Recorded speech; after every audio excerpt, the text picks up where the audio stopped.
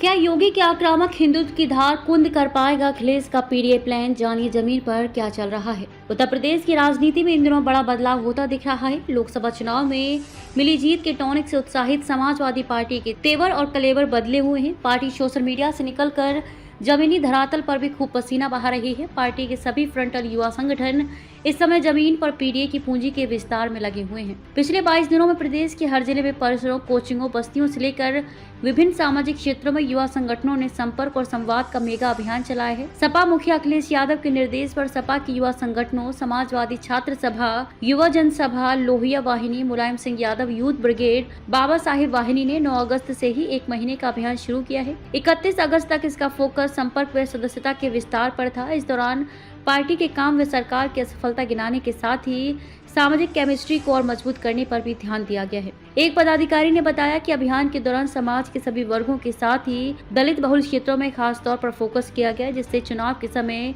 मिले साथ को स्थायी बनाया जा सके। साथ ही समाजवादी पार्टी की कोशिश भारतीय जनता पार्टी और सीएम योगी आदित्यनाथ के हिंदुत्व की धार को कमजोर करने की है। जमीनी फीडबैक पर भी नजर। सपा के एक वरिष्ठ नेता का कहना है कि पार्टी अब अभियानों, कार्यक्रमों के जरिए लगातार जमीन पर सक्रिय दिखाई देगी। जनता के बीच रहने से पार्टी की उनके बीच मौजूदगी बनी रहेगी। दूसरे, जमीनी फीडबैक भी मिलना आसान रहेगा। लोकसभा चुनाव में हमारी सफलता की एक सबसे बड़ी वजह ये भी रही है कि हम उन मुद्दों को नीचे तक ले जाने में सफल रहे जिससे जनता का सीधा कनेक्ट था। भाजपा के लाभार्थी परक योजनाओं का जाल, आरक्षण व संविधान जैसे भविष्य के संभावित खतरों ने तोड़ दिया। इसलिए कार्यक्रमों और संवाद के जरिए 2027 के विधानसभा चुनाव के पहले मूल मुद्दों की नब्ज पकड़ने की भी ये एक्सरसाइज है। साथ ही इसी बहाने जमीन पर संगठन की ताकत, सक्रिय व समर्पित चेहरों की भी पहचान हो जाएगा, जिससे कमजोर क्षेत्रों को सही रहते ठीक करना भी आसान होगा। युवाओं के बीच जगह बनाने पर जोर। युवा संगठनों के अभियान के दूसरे चरण के केंद्र में शिक्षा परिसर व युवा है। 3 सितंबर से पार्टी विश्वविद्यालयों, महाविद्यालयों में संपर्क अभियान चलाएगी। इस दौरान सरकार की नाकामियों व अपनी सरकार की उपलब्धियों का पर्चा भी बांटेगी। 4 सितंबर को छात्र छात्राओं से सुझाव लेकर संपर्क पत्र भी भरवाया जाएगा। वहीं 5 सितंबर को